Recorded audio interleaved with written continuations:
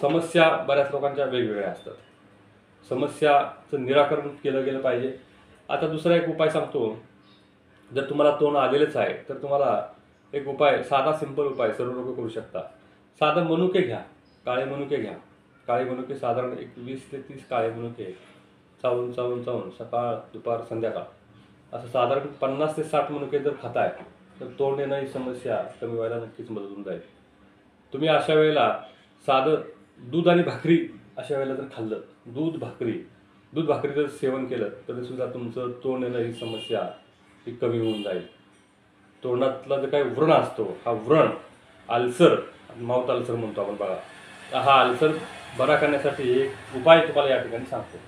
उपाय साधा आहे, सिंपल आहे. बाजारामध्ये इरी मेदादी तेल नावाचं तेल मिळतं. इरी मेदादी तेल नाव पुन्हा एकदा सांगतो, इरी मेदादी तेल. हे तेल लावायचं आणि गुळण्या करायच्या. सकाळ दुपार संध्याकाळ 3 वेळा करताय तर तोंडामध्ये हिरड्यातून काय असं घाणेरडा वास येत असेल किंवा हिरड्याचे आजार असतील, दाताचे आजार असतील किंवा माउथ अल्सर असेल, तोंड येत असेल, तर त्याच्यासाठी अतिशय उपकारक आणि उपयुक्त असा हा उपाय आहे.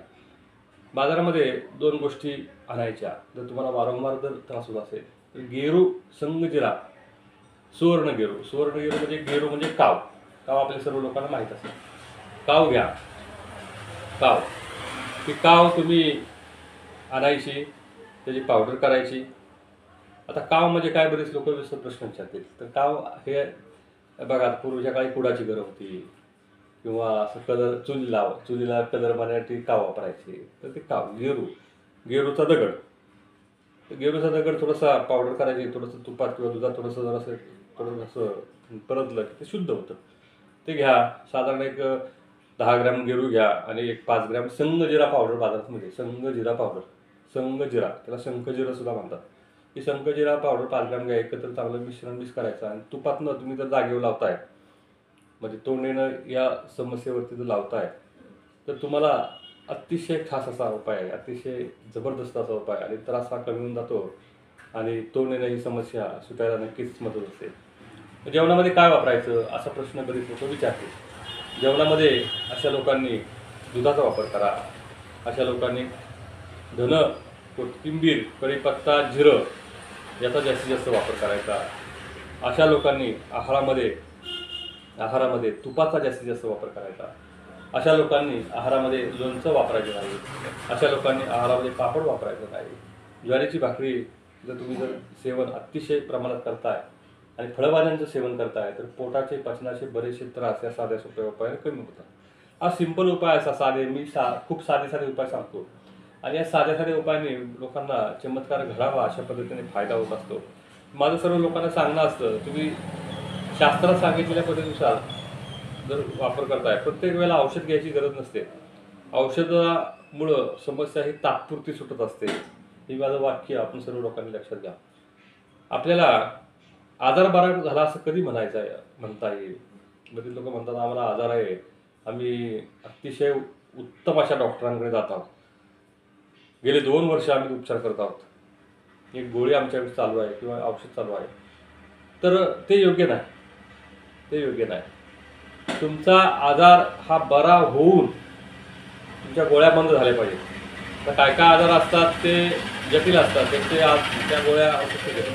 साधा आम्लपित्त आहे किंवा सिंपल जे आजार असतात ते बरे होणार असतात. त्याच्यासाठी तुम्ही कंटिन्युअसली गोळ्या औषधं, भले आयुर्वेदिक असू दे, भले ॲलोपॅथिक असू दे किंवा होमिओपॅथिक, कंटिन्युअसली कुठल्याही प्रकारचं घेत आहे तर तुमचा आजार बरा झाला असं म्हणू शकत नाही. तुमचं आहाराचं नियोजन बघावं लागतं, तुमचं वेळेचं नियोजन बघावं लागतं. खानपानाच्या सवयी चांगल्या वाईट ह्या पाहाव्या लागतात.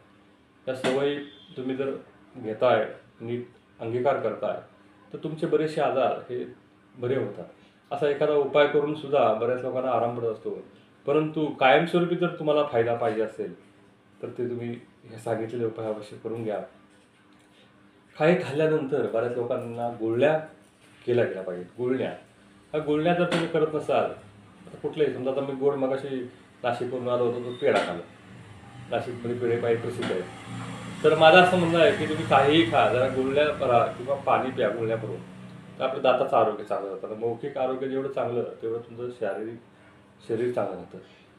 सकाळ संध्याकाळ एखाद्या चांगल्या दंतमंजनाने जर दात घासताय तरी सुद्धा बरेचसे त्रास कमी होतात. साधे सोपे सिंपल उपाय करा. राजगिरा लाडू अशा लोकांनी सेवन केला तर तुम्हाला अतिशय फायदा होत आहे. जर ह्या गोष्टी तुम्ही करताल तर तुम्हाला फायदा हा होणार आहे. तर आपण सर्व लोकांनी व्हिडिओ पाहिलात, तुमच्या ज्या काही समस्या आहेत त्या समस्या मांडल्या, त्याबद्दल आपल्या सर्वांचं खूप सारे आभार व्यक्त करून मी या ठिकाणी व्हिडिओ संपवतो. व्हिडिओ पुढच्या व्हिडिओ जोडतो. पण रामकृष्ण हरी. धन्यवाद. पांडुरंग पांडुरंग.